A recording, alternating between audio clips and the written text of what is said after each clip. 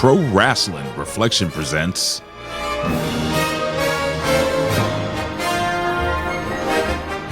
PWR at the Movies. Join the Professor, Tommy Wonder, and JB as they discuss the greatest pro wrestling moments in movie history.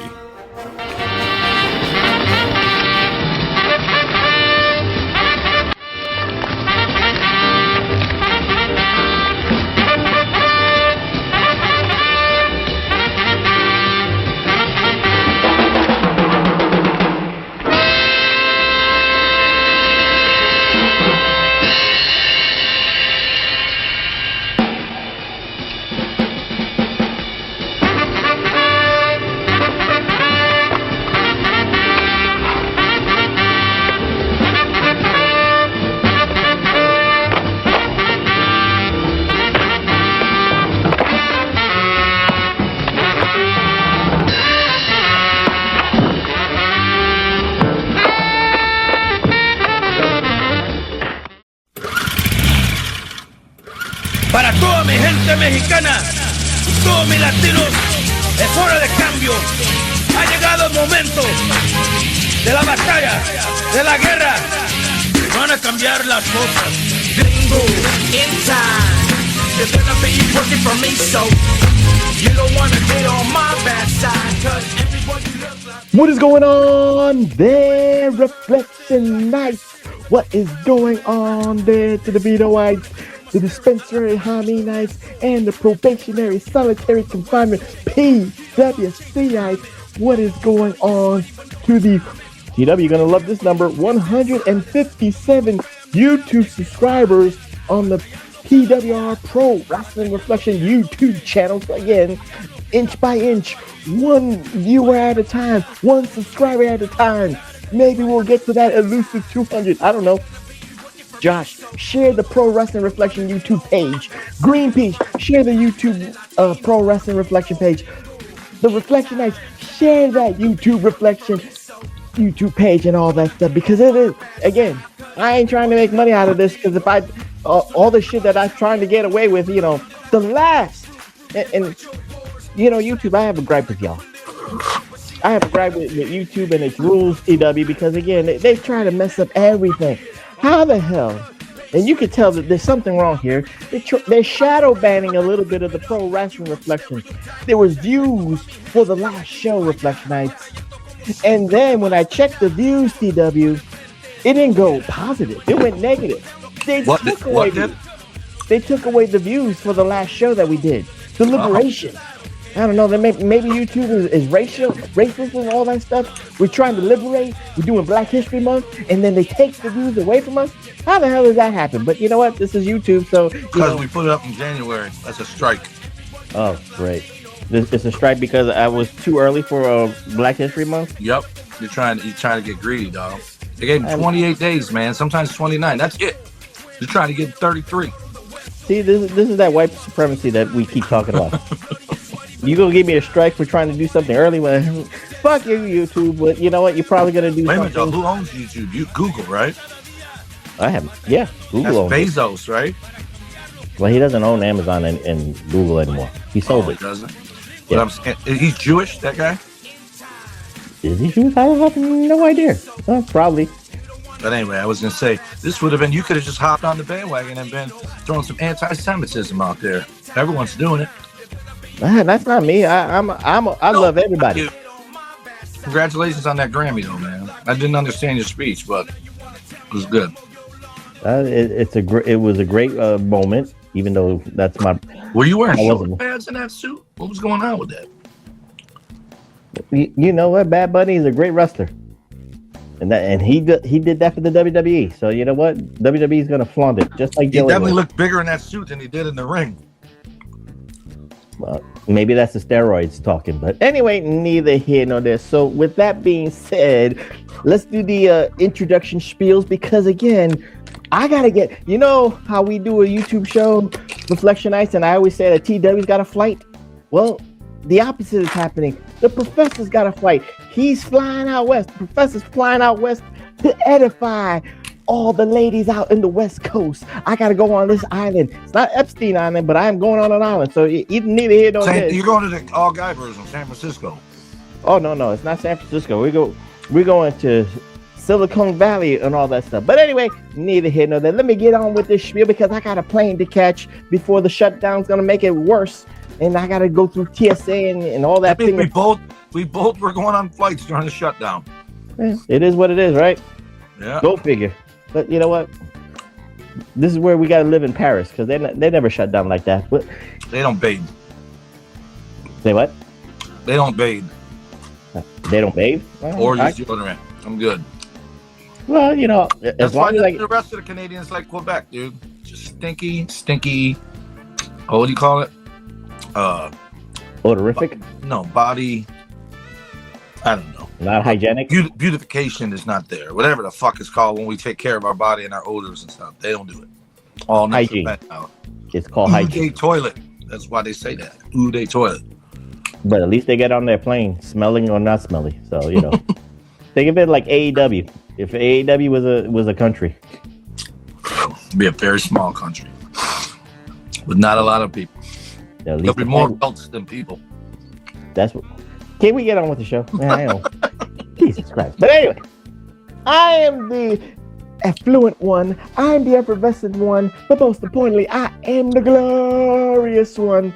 The only objective man in this IWC, YWC, PWC punditry. The only objective man in this Twitterverse. God damn it. Y'all some fucking tribalistic, sheep out there. But you know who you are.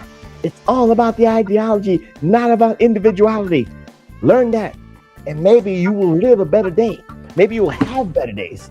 And the only objective man in this, social media conundrum that is, what is it? It's a fucked up world. I'm the Professor Chabebe Cruz. Am I here alone? No. I'm here, my brother from another mother, the conservative liberal, the liberal conservative, the solo idiot, Dr. Frickin' Stein, and the undisputed, undeniable, he spits, but maybe he swallows too in his private times, Detroit Rock City Universal Heavyweight Champion of the world,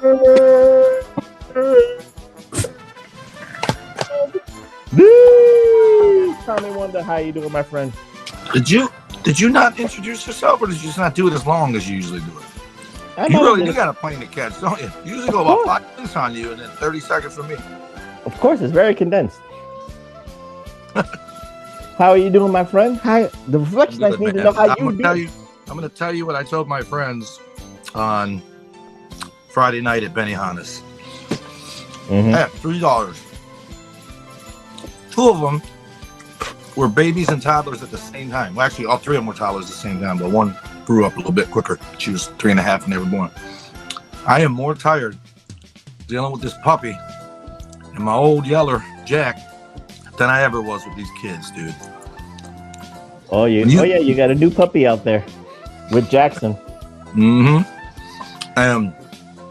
So, a friend of mine, Bob, him and his wife, Beth, had to put their dog down, Puck. Mm-hmm. She had cancer. They had a great life, but they probably gave her more time than they probably should have because, she was suffering, but she still walked around, followed everybody, greeted everybody. But it's just, you just get to the point where you can tell it's rapidly whatever. So that's back in the summer. So he spent the last 6 months saying, I ain't getting no dog ever again, ever. And I tell people, yeah, once Jack's gone, I'm pretty much pet free too because I travel a lot, as you know. Mm-hmm. And so my buddy Scotty always say, pets are anchors, is what he said. But my kids are older now. They take care of the dogs for me when I travel. Mm-hmm. So the Saturday after Thanksgiving, we have this Friendsgiving deal. And Bob and Beth go, yeah, tomorrow we're going to pick up a puppy. And I look over, I go, oh, Mr. I'm not getting a puppy ever again or a dog ever again. He's like, yeah. He got outvoted, whatever. They got 3 kids. One's at college in Boston. Mm-hmm. So they go the next day and pick these dogs up. Go to pick up this dog out of 5. And they send us all pictures. They came home with 2. 2. That's nice. That was on the weekend after Thanksgiving. It is now, as we record this, Groundhog Day. Have you watched it today? I watched it. You better watch it on a plane. And Okay. they have not named their dogs yet. They were called Meatball and Oreo when they picked them up. So they have them. I don't meet them until January 4th, which just happens to be my mom's birthday. I meet their puppies. They're all over each other. They're all over me. Mm-hmm. And then Beth says, yeah, there was 5 of them. Now there's only 1. And I go, what? She's like, there's only 1. And I go, you went and picked up a dog and brought 2 home and left 1? She's like, no. There was 5. We took 2 and now 2 more are gone. There's 1 left. And I said, let me see this dog. She shows me it. My eyes immediately water up. It was like divine intervention. Love it. And I look at her and I go, I'm going to cry. And I go, you guys know you're going to make me adopt that dog, right? Because I had seen my other buddy's dog with his puppy. And I seen my other buddy with his dogs. And I kept having this guilt about Jack not having a buddy. I knew I couldn't bring home an adult dog. Tony went and checked one out of a shelter, kept it all day, and then took it back. And I'm like, you know, if I didn't have Jack, I would adopt that dog today. It was like this almost Gotham City looking pit bull, like Batman ears, everything. And it was awesome. She kept sending me videos and pictures. I'm like, you're going to send it back? But side note, that dog got adopted because of the pictures and the videos that Tony put up on the shelter. They asked could they use them, and the dog adopted right after that. So, nice. So I applied for the dog the Monday before I went to LA. I got approved when I went to LA, and I picked the dog up a week ago Saturday. I didn't talk about her last Monday. Nope. But her name's Pepper. And the reason I teared up and said, you guys are going to make me adopt this dog, Tony jumps up and goes, really? And I said, whew, this is where I get emotional. My buddy Denny and my buddy Brian, that's his boss, but he's our friend. We're all friends. They had just redone this guy's basement when his house burned down. And right when they were done, he was having a party for Thanksgiving. Denny was talking him in to putting a TV in the bar in the basement. He goes, no, we don't want that. He goes, no, it's not for you. It's for your friends and family so they can watch the Lions that they're over. He goes, okay. So they were still in touch with him, and he died suddenly. So Denny and Brian went to the guy's funeral. His wife comes around the corner and sees them, immediately freezes and starts sobbing. And she comes up to them and she goes, guys, what are you doing here? I didn't think you'd be here. And they go, you know, we really liked him. And I said to Denny, I go, you know what you did? I said, you just validated that man to her husband or to his wife because she saw you guys, know that you barely knew him, that you just met him, did work for him, and you came to pay your respects to this man. It says a lot about him. And he goes, I didn't think of it that way. We just really like the guy. So as they're walking around, I know this is going to not make sense right now, but it will. They're looking at the pictures of this guy. And Brian turns to Denny, this is where I get it, and says, Denny, one day, one of us is going to be looking at pictures of the other one. And I hope it's you looking at me because I can't do this life without you. And broke down crying. And Denny's not an emotional guy. And looked at him and goes, geez, Brian, dude, what are you doing? He goes, I'm serious. You know, we're all in our 50s, right? Brian's a little bit older than both of us, and Denny's 53. I remind him all the time, I'm not. And so that's in my head when Beth shows me the picture of the one puppy that's left behind. And I said, that dog watched all 4 of its siblings get adopted and is still there 2 months later. So now I said, God, this is the absolute perfect storm for me to get a dog. It's a puppy, so Jack can get acclimated to her. She's not going to try to kill him like an adult dog would when he gets all gypsy and whatever. And I said, and she gets to see 2 of her sisters again. And the next day I took her over there, and the 3 of them looked at each other like, what the hell is this? And then they just played together all day last Sunday. And then we went and hung out with them Saturday again, this past Saturday. So she got to see her. Not that the dog's thinking like Denny and Brian and me or you would, but it's still, you could tell when they saw each other, they were kind of like, what? And then joy, just pure joy. And when she gets past this pissing and shitting and biting all the time, which I just found out, puppies lose their teeth in the 5-6 month range. She's 5 months. She's lost 2 already since she's been here. So that's why they're chewing on everything, is because they're trying to make their teeth feel better. But she's been here a week and a half. So far, so good, other than I got to separate them every now and again. This sounds like a Hallmark movie. This sounds like something we see after the Chris Jericho Christmas movie. Christmas Farm. Well, I'm just saying this is a miracle. This is Hallmark. This is Lifetime and all that stuff. So you know what? You just got a real life movie, Reflectionists. Now we're gonna go into it is another movie we're gonna be doing. But again, we know that this is not the popular series of the Pro Wrasslin Reflection. We understand that the views are low, but it's all right.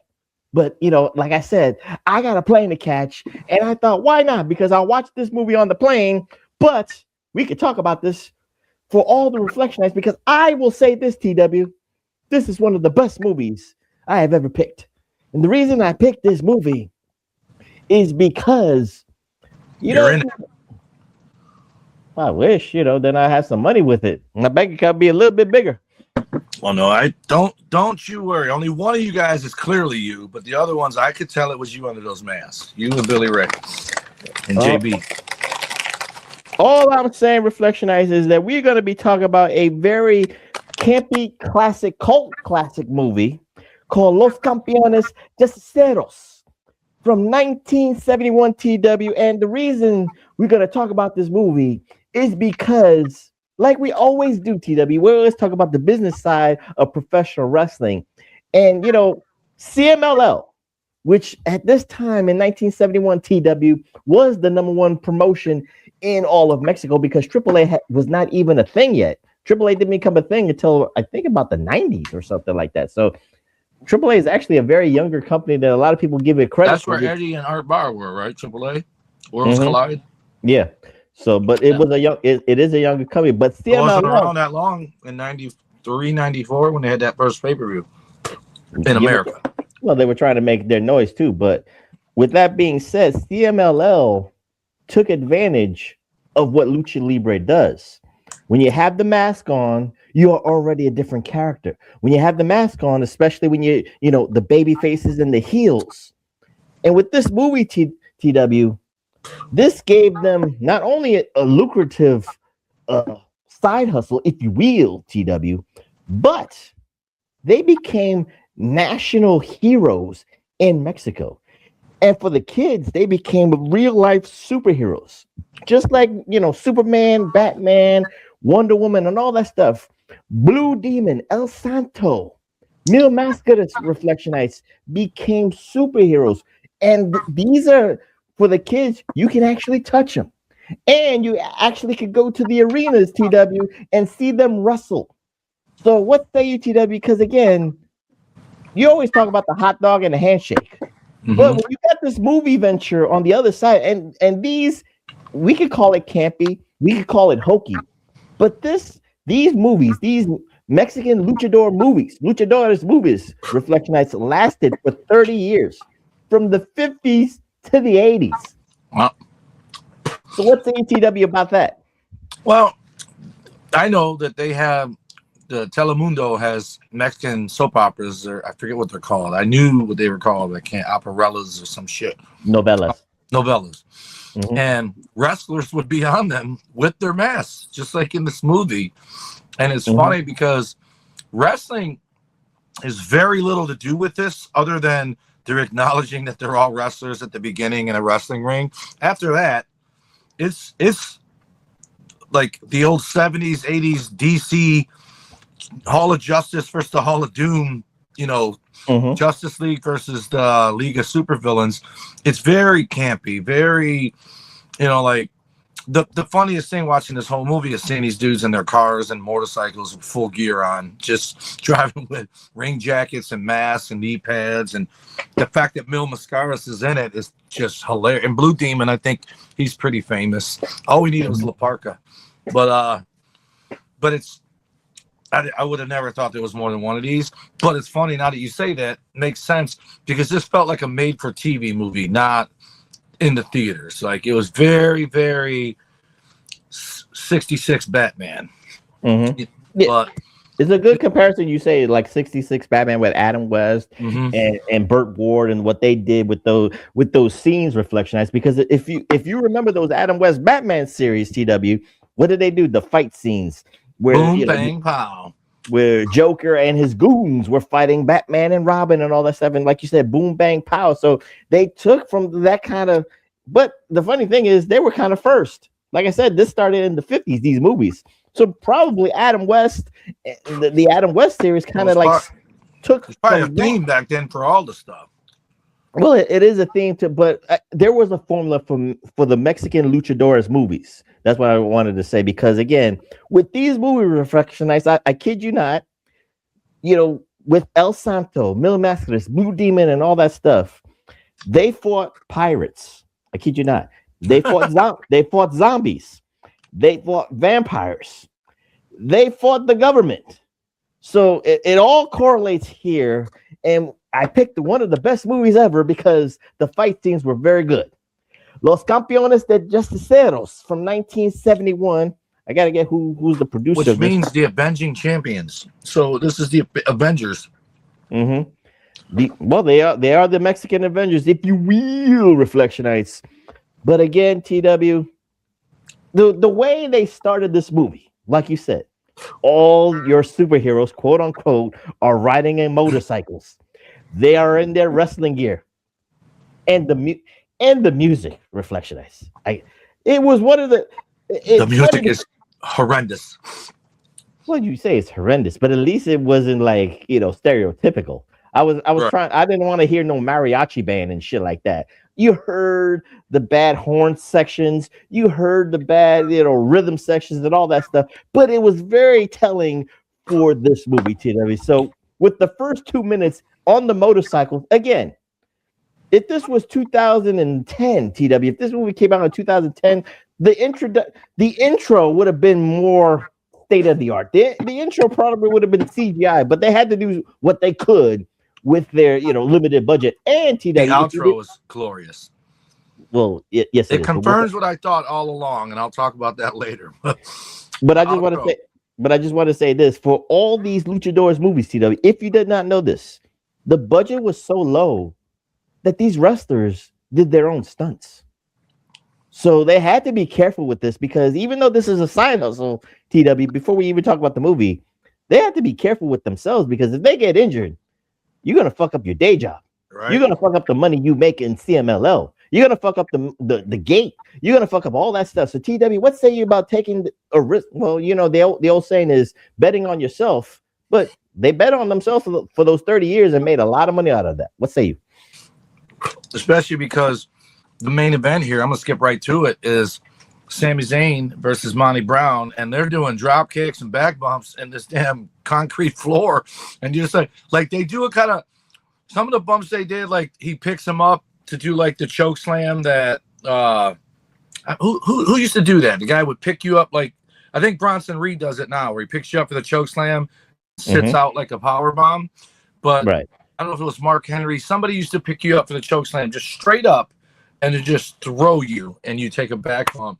Instead of doing that, I think that was the Great Khali that did that. Yeah, Great Khali did it.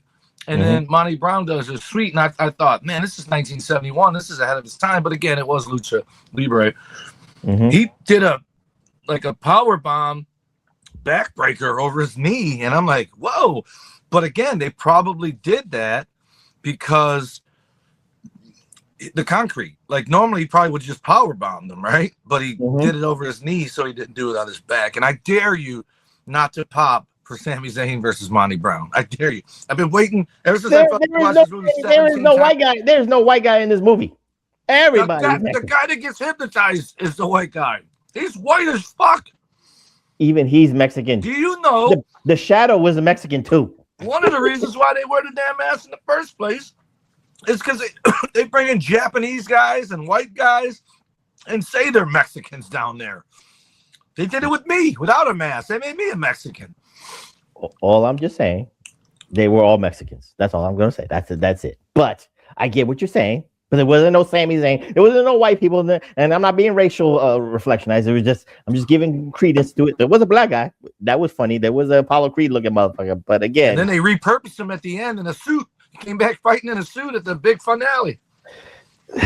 Like I said, there's a lot.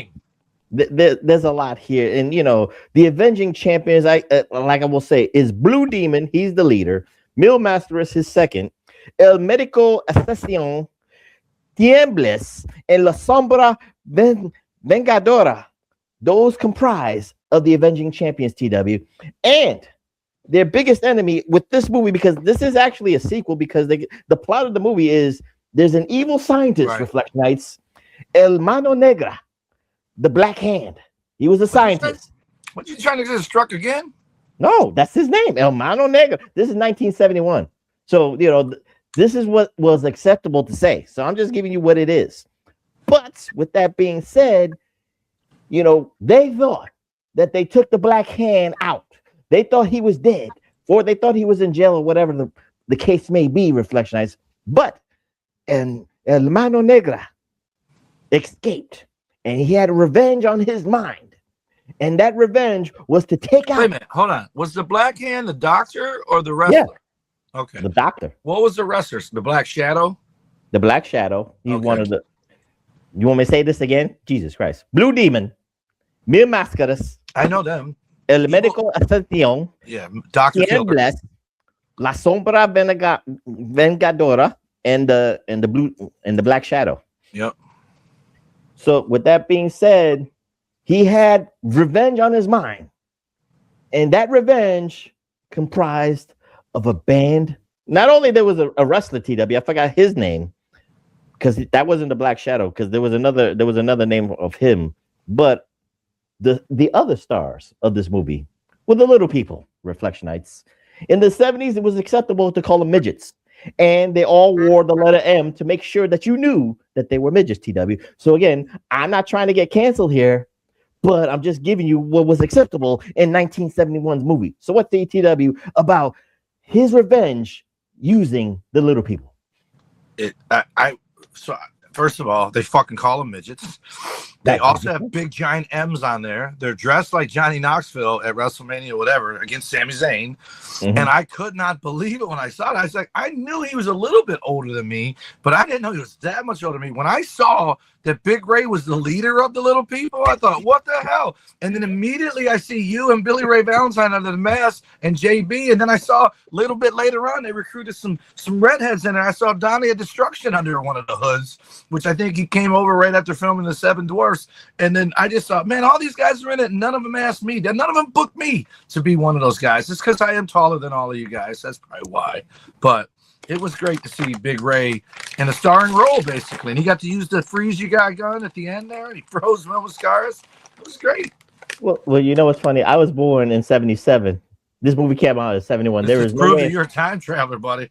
I wish I was a time traveler because I'd be going certain other places. But anyway, neither here nor there. So again, the Black Hand, the scientist, had recruited some midgets, aka some little people, to do his dirty work and to try to get revenge on the Avenging Champions.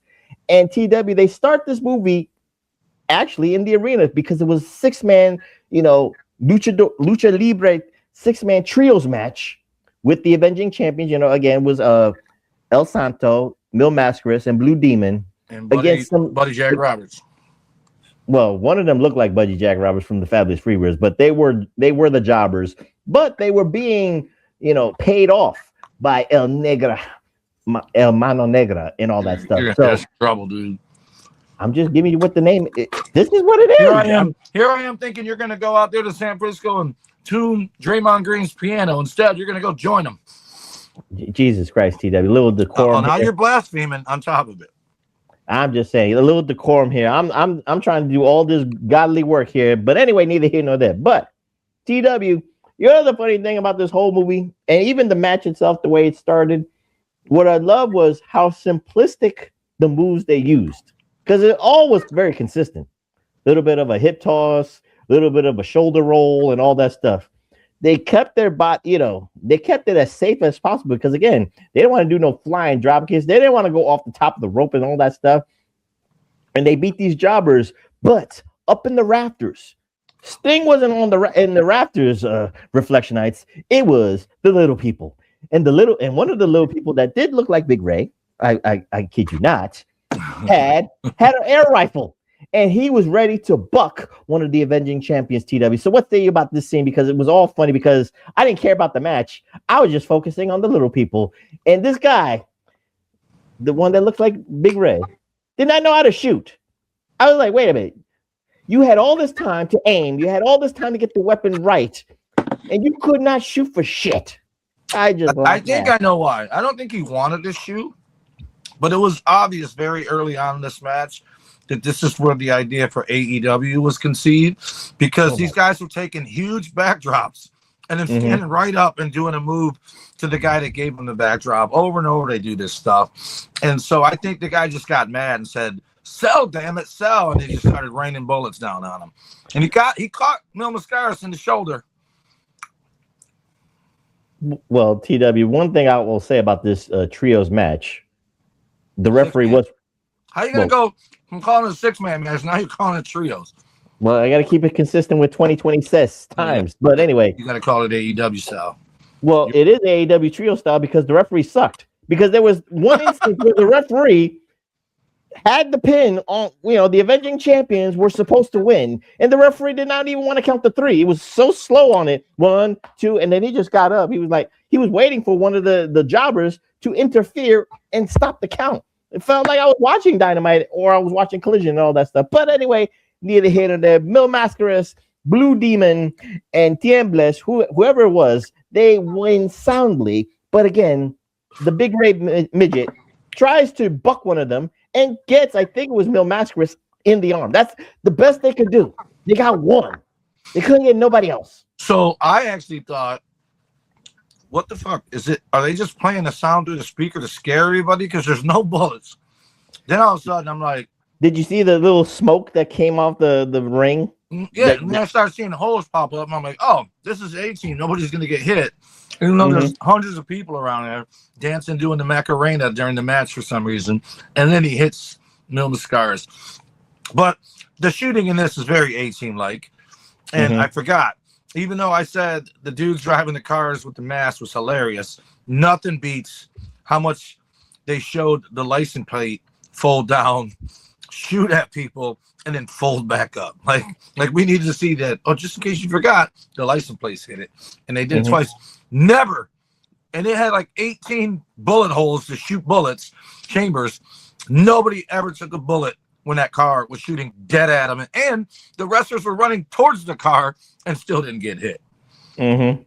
It was very funny stuff here, Reflectionists. So with that being said, that was actually the main way to get you hooked in on this movie, TW. I would have to agree with that. So, but the mad scientist, El Mano Negra, knew he had a contingency plan too, because the way to get the revenge on Los Campeones Justicieros, TW, it was either to kill them all or to take their goddaughters and kidnap them and do God knows what with them. It looked like a little bit of Jeffrey Epstein, like, freeze them or, make them sex workers or something, because he wanted to kidnap all the Avenging Champions goddaughters because they were doing let's just say a Miss Mexico beauty pageant, TW. What say you? Because this doctor had a lot of contingency plans for his ultimate revenge plot. So I'm going to assume, and I'm getting better, man, because I was trying to listen to these guys and not read the closed captioning. And I did almost follow, but mostly because the wrestler spoke in such short sentences and not very fast, like the regular people were. But I was catching words that I knew what they meant. I like Alesse Lago, in the water, whatever. All that stuff. And El Lago, whatever. I was catching on to that. But I just lost my train of thought because I was so happy I could understand the shit. What did you just ask me?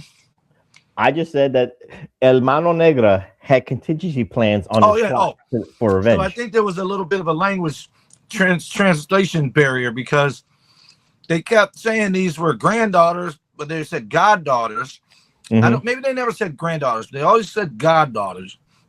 But almost immediately, every time they showed a wrestler with one of these girls in the beauty pageant, it was like me going to the bar with all the boys afterwards, and we're all paired off with some girl hitting on them. They weren't talking to them like they were goddaughters. They were talking to them like, let's go back to my room.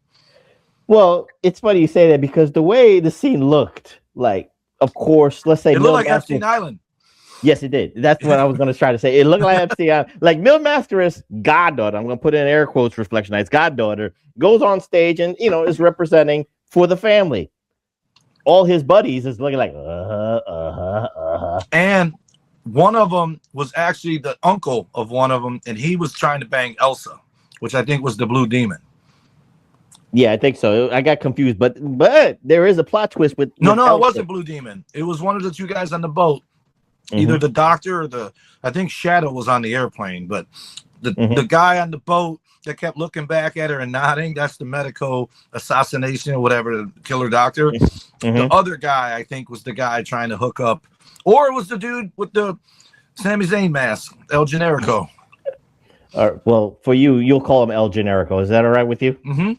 Okay. But with that being said, again, El Mano Negra had a lot of contingency plans, and again, one of those plans involved kidnapping the goddaughters of the avenging champions. But also, he had a second backup plan because, again, just in case that he couldn't kill Mil Mascaras TW, just in case he couldn't kill El Santo and the Shadow and all that stuff, he had to make sure that his midgets were vastly prepared, that they were strong enough to take out the avenging champions.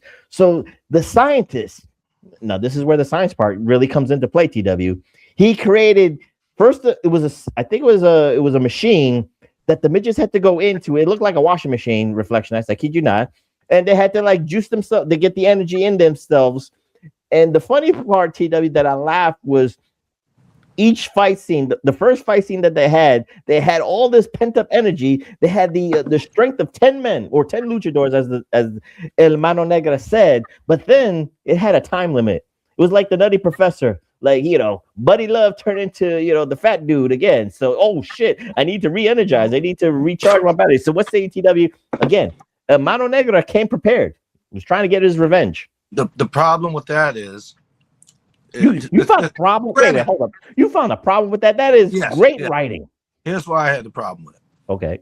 Every time there's a scene where these little fuckers fail to do whatever they're supposed to do, El Mano Negra already knows about it before they come back to tell him. And so when they were fighting, you could tell the Blue Demon, who just happened to be driving around the fucking old dirt road in his cutlass, they're beating up Mil. So he jumps out and goes and gets his ass whooped. But then he no-sells the midgets like King Kong Bundy at WrestleMania 2 or 3.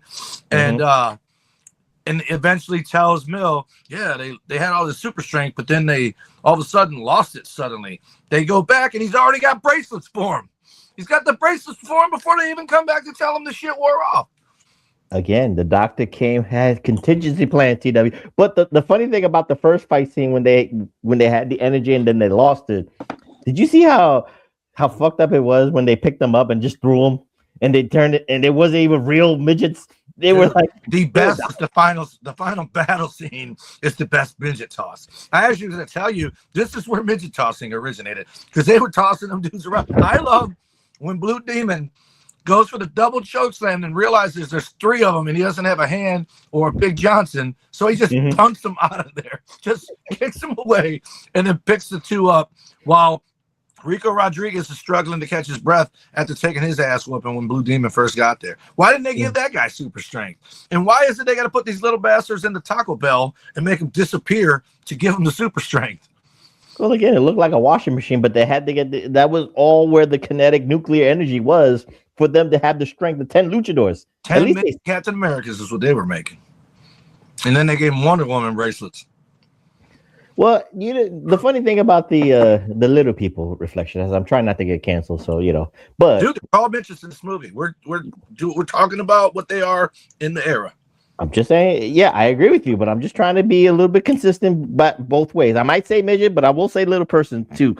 It was kind of fucked up that the one that looks like Big Ray was the only one that was unmasked. Everybody else was in mask. I just found that a little bit funny, but again, it shows you like who was the number one midget, TW, and then everybody else with mask on were, luchadors, and they were all consistent with the same costume and the same M.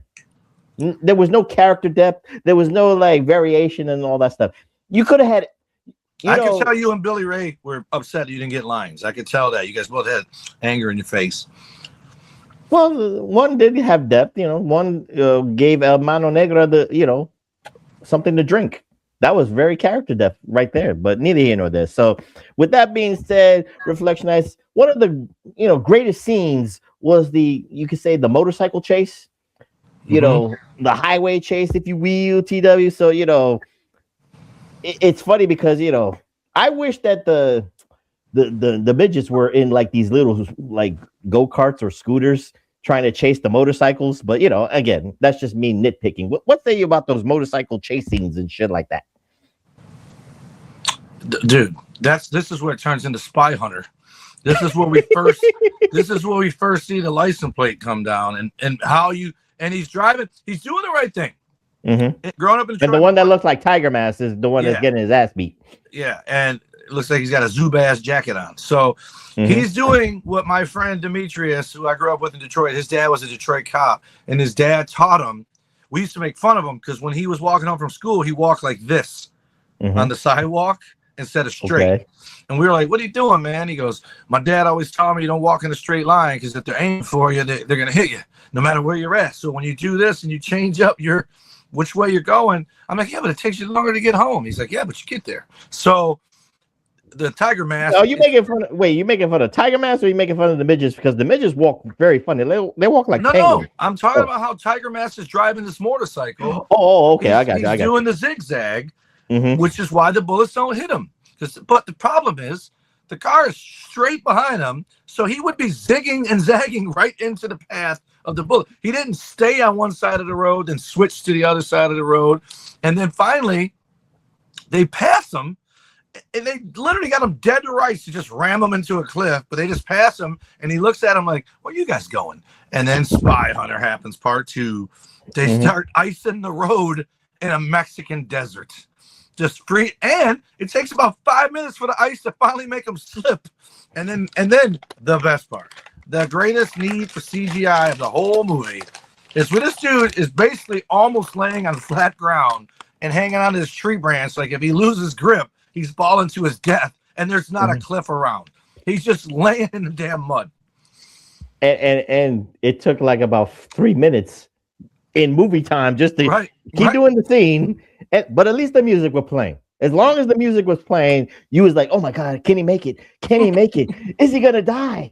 I don't know. My God. One of them fight scenes, when they're all fighting in the woods with the bracelets, that dude goes to pick his bike up, the motorcycle, and dropped it.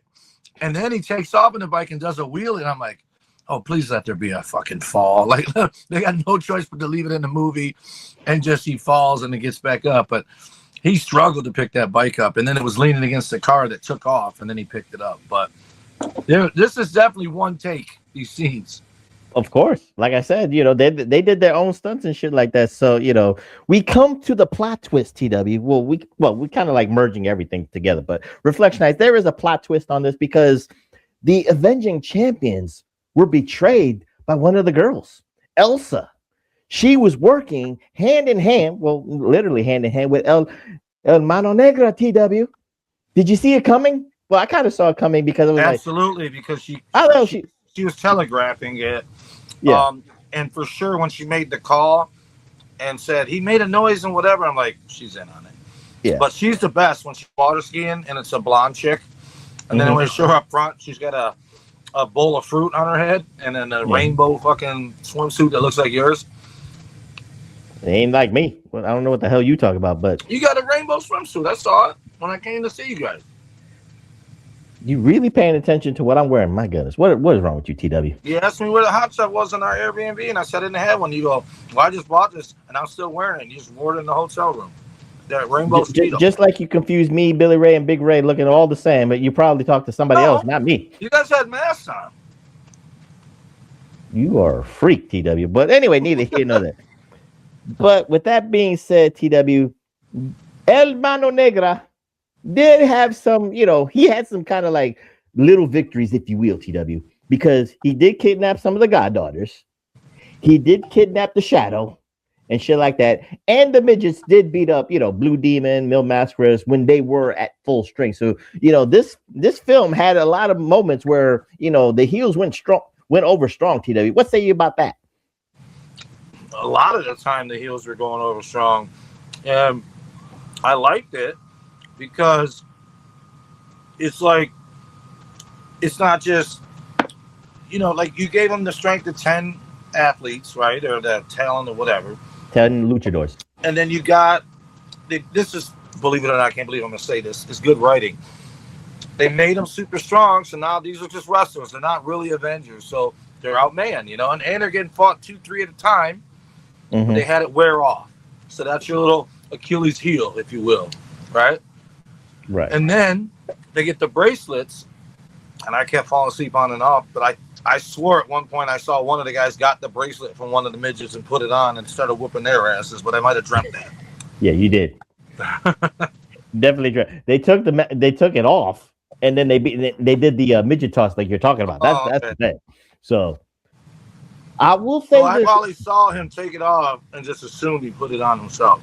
Yeah, he didn't need the strength of 10 midgets. He was already as strong as that. But I will say this, because one of the worst scenes of this movie, Reflectionists, I kid you not, I think it was Blue Demon and Mil Mascaras, and they were looking at this like casket, TW, and it was one of the goddaughters that was frozen. Right. That's not one of the bad parts. The bad part was when the let's just say the minions was going to go to the plane.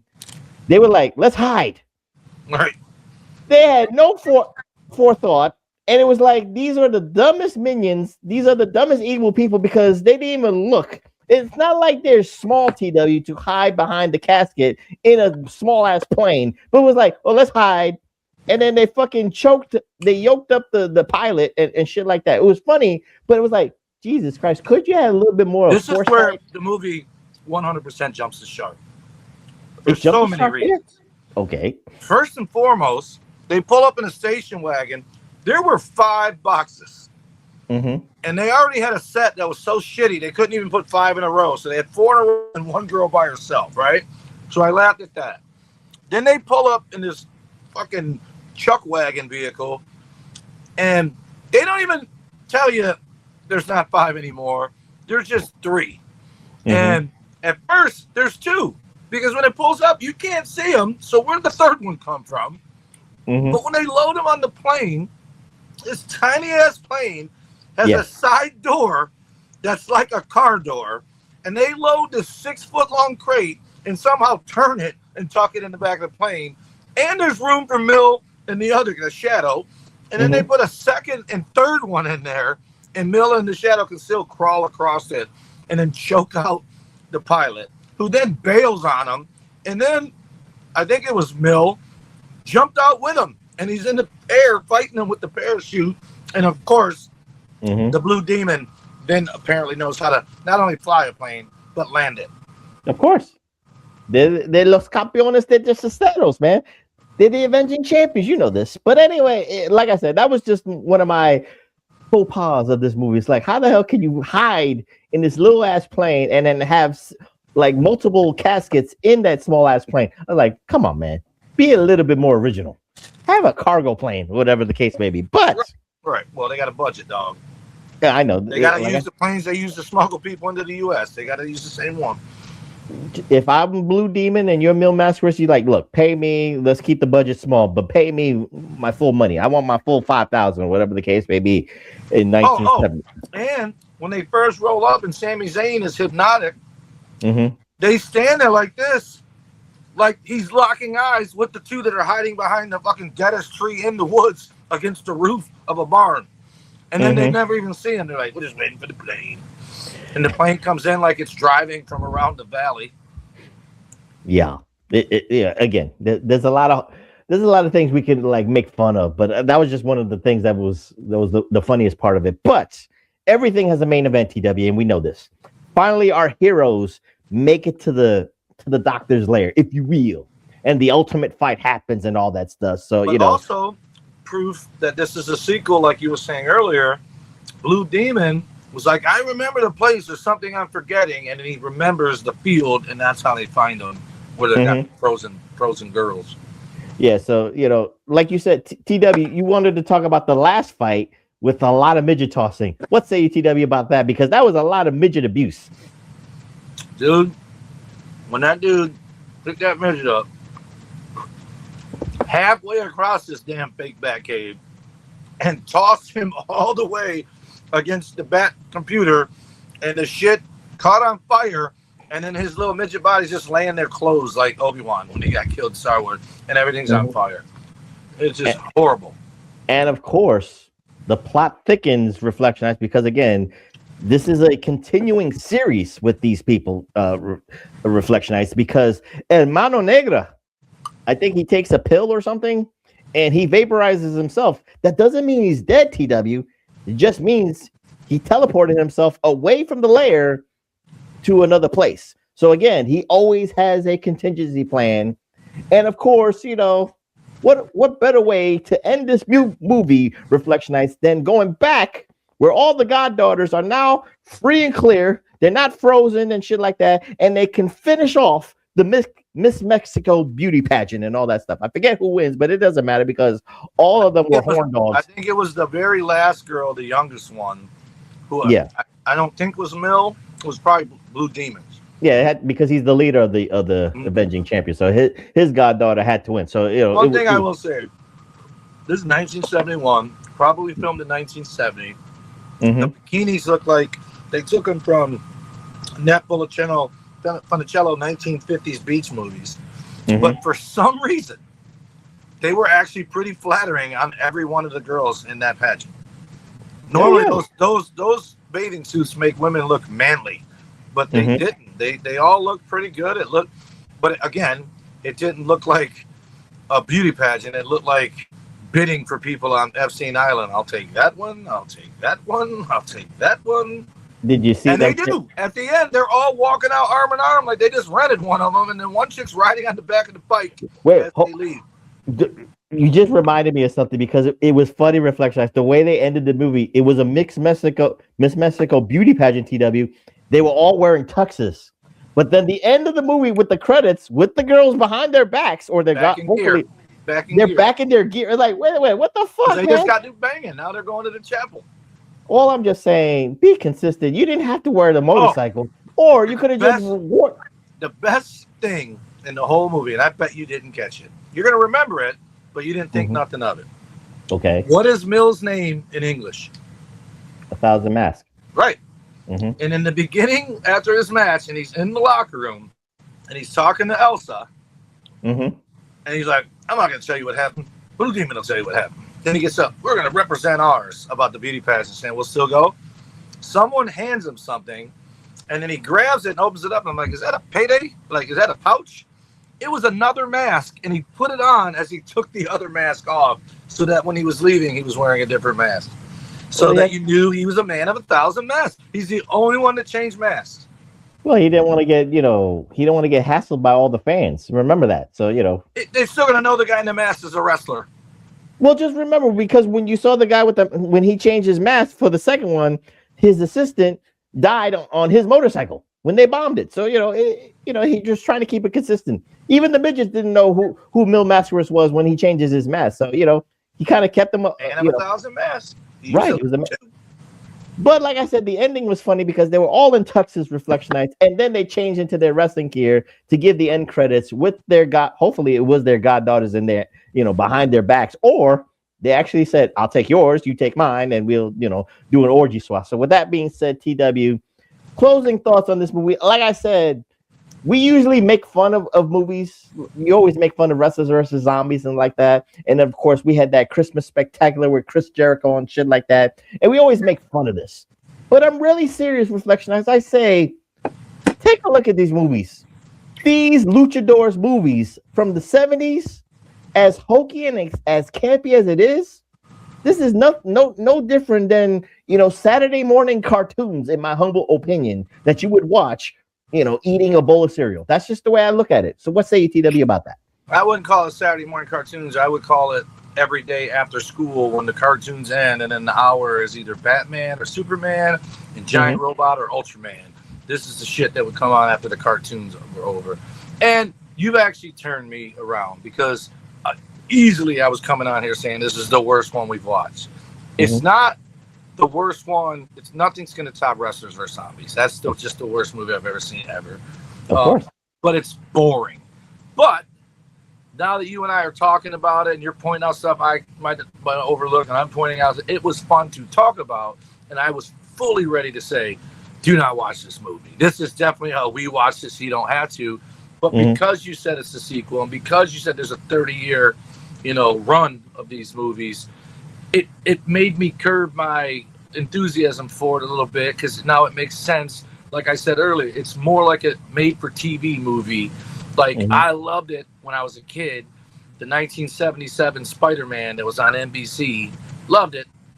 I probably would loathe it if I watched it today, right? So, if you watch this, especially the Hong Kong Spider-Man from the 70s, that's the sequel.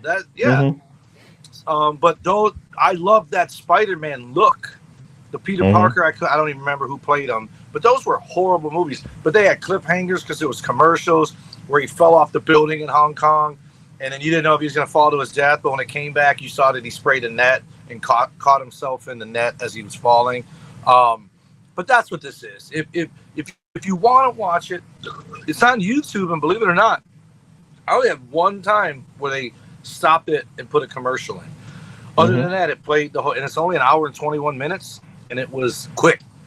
Like as soon as the logo for the movie production came on, the movie started, but you did fall asleep, so you did say that. I fell asleep multiple times. I almost had to call you and go, dude, we got to do this tomorrow because I can't do it. I'm trying to watch this and I can't. I missed so much shit. I had to rewind it back, and I was like, damn, I fell asleep 5 minutes in because I rewinded it to like 8 minutes, and then I was watching it. And it was the black hand telling him, you failed me again, and I'm like, oh shit. And so I had to go all the way back to the ring bell where they started the match, which was 5 minutes in. But I was going to call the guy Jeff Jarrett the whole time. And then when they showed him all pimped out with his 70s pants leaning on the car waiting for the plane, I'm like, that is Buddy Roberts, dude. It is one Buddy Roberts Bockenwickle. That's what he looked like to me.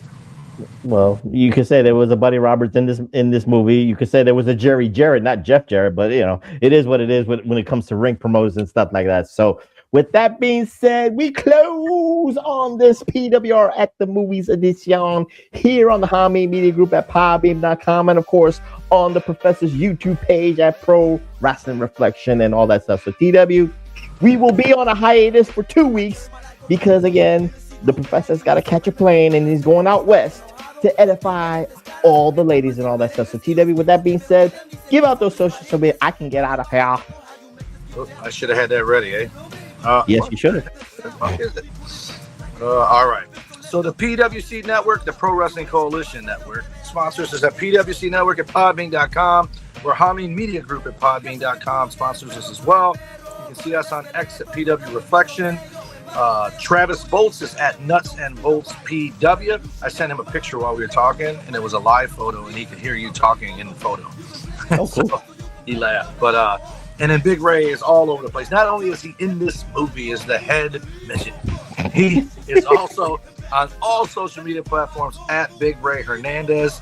And every Wednesday you can catch him with the Next Level, reviewing the NXT from the night before. And on Tuesday, it's funny because yes, Ray, the lead midget does look like you, just a little bit darker and more hair, but it's like the hair you had back in the 90s. Not much hair, but it's more. Yeah, it's more hair, but Ray had that hair in the 90s, just a little bit. I'm just saying when he was a little bit younger, so it looked like it. So go ahead, T-Dog. He had the carefree curl perm, and freestyle forever, baby. You can get me on X and Instagram at TommyWonder19, Snapchat's Number Wonder, Facebook.com/TommyWonder, and at the Tommy Wonder is my other X and TikTok. And Big Vito and Noel can be found at Big Vito Brand on TikTok. And follow and subscribe to youtube.com/at Pro Wrestling Reflection. Tell a friend to tell a friend. Let's get it up to 160, maybe even 165 by like 2 weeks time when I come back from my edification and all that stuff. Follow me on the Twitter at PWSOPRF. That's PWSOProf. Follow me on the Blue Sky at pwsoprof.bsky.social and all that stuff. So again, we'll be back in 2 weeks after my edification and all that stuff. So with that being said, I'm the Professor. That's Mr. Wonderful, this solo idiot, Dr. Freaking Stein, and the undisputed, undeniable Detroit Rock City Universal Heavyweight Champion of the World. Changing the belts now. Tommy Wonder saying good night, and we'll see you in 2 weeks here at the PWR podcast at the Hameen Media Group at podbean.com. Adios, muchachos. Bang, bang. Why do you do that again? Stealing this gimmick. Fuck that guy. Stealing. Yeah, there's got to be a midget. You could have quoted a midget. We represent the Lollipop Guild. That is fucked up. See, now you're going to get canceled.